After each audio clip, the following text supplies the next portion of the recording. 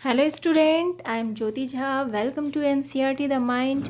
तो आज मैं आपको पढ़ाने जा रही हूँ क्लास 7 की हिंदी बुक वसंत भाग 2, चैप्टर 1 हम पंछी उन्मुक्त गगन के, जो कि एक कविता है।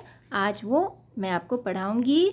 तो लेकिन इसे पढ़ने से पहले अगर आपने मेरा चैनल सब्सक्राइब नहीं किया है तो आप सबसे पहले मेरे चैनल एनसीईआरटी द माइंड को सब्सक्राइब कीजिए, लाइक कीजिए और बेल आइकन ज़रूर दबा दीजिए ताकि मेरे हर नए वीडियो का नोटिफिकेशन आप तक सबसे पहले पहुंचे।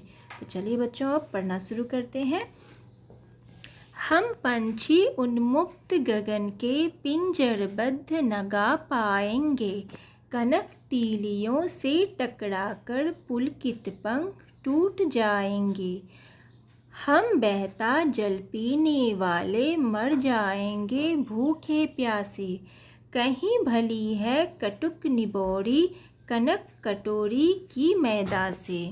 तो बच्चों देखिए, हम पंछी उन्मुक्त गगन के कविता में कवि शिव मंगल सिंह सुमन जी पंछी के द्वारा मनुष्य के जीवन में स्वतंत्रता मीन्स आज़ादी को बताया है।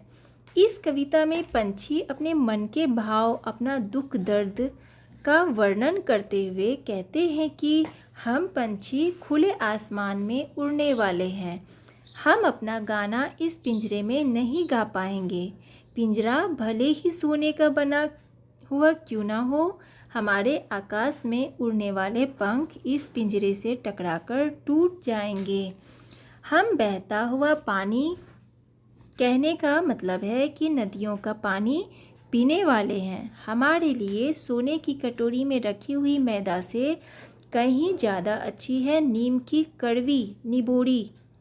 पंछी कहती है कि हम भूखे प्यासे मर जाना पसंद करेंगे, ना कि पिंजरे में रहकर गुलामी का जीवन जीना पसंद करेंगे। अब देखिए आगे है, स्वर्ण श्रृंखला के बंधन में अपनी गति उड़ान सब भूले, बस सपनों में देख रहे हैं तरु की फुनगी पर के झूले। ऐसे थे आसमान की उड़ते, ऐसे थे अरमान की उड़ते, नीले नभ की सीमा पाने, लाल किरण सी चोंच खोल चुगते तारक अनार के दाने। ऐसे थे अरमान की उड़ते, नीले नभ की सीमा पाने, लाल किरण सी चोंच खोल चुगते तारक अनार के दाने। तो इस पंक्ति से तात्पर्य यह है कि इस पंक्ति में बड़े ही दुखी मन से पंछी कहते हैं कि हमें सोने के पिंजरे में बंद कर दिया गया है। इस कारण से हम अपनी गति, अपनी उड़ान सब भूल चुके हैं। अपनी गति, अपनी उड़ान से तात्पर्य है कि वो कैसे उड़ते थे, किस तरह का उसका स्पीड था।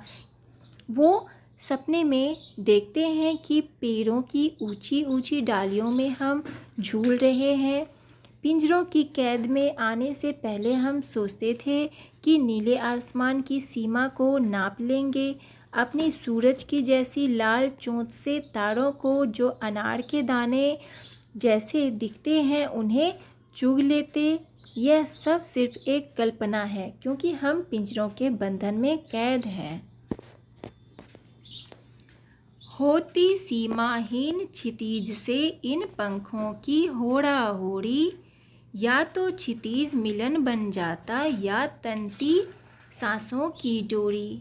नीर न दो चाहे टहनी का, आश्रय छिन्न भिन्न कर डालो, लेकिन पंख दिए हैं तो आकुल उड़ान में विघ्न न डालो। होती सीमाहीन क्षितिज से इन पंखों की होड़ा होड़ी, या तो क्षितिज मिलन बन जाता या तंती सांसों की डोरी।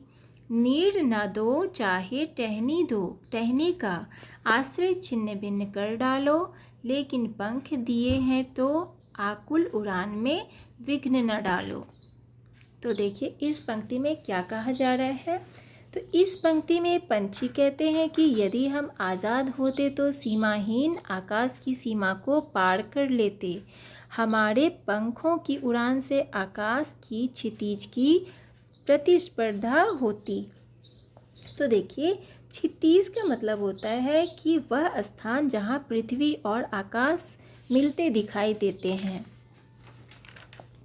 और प्रतिस्पर्धा का मतलब होता है कि किसी वस्तु को प्राप्त करने की प्रतियोगिता को हम प्रतिस्पर्धा कहेंगे।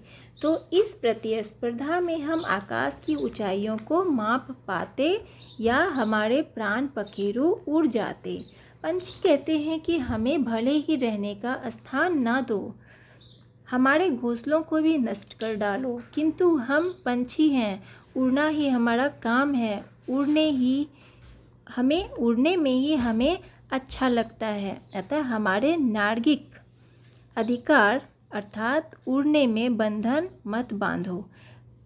नैसर्गिक अधिकार, नैसर्गिक का मतलब होता है कि जो स्वभाव या प्रकृति से संबंध रखता हो उसे हम नैसर्गिक कहेंगे। तो बच्चों चलिए, ये वाला जो कविता है वो हो चुका है। अब आप इसे बार बार पढ़िए, याद कीजिए और इसके मतलब समझिए। और अगर समझ में नहीं आता है कुछ तो कमेंट में आप पूछ सकते हैं। अब मैं इसके अगले वीडियो में मैं इसके प्रश्न उत्तर आपको बताऊंगी और मैं डिस्क्रिप्शन बॉक्स में भी डाल दूंगी, आप वहां से भी पढ़ सकते हैं। तो चलिए बच्चों, तब तक के लिए bye, take care, thanks to watch my video.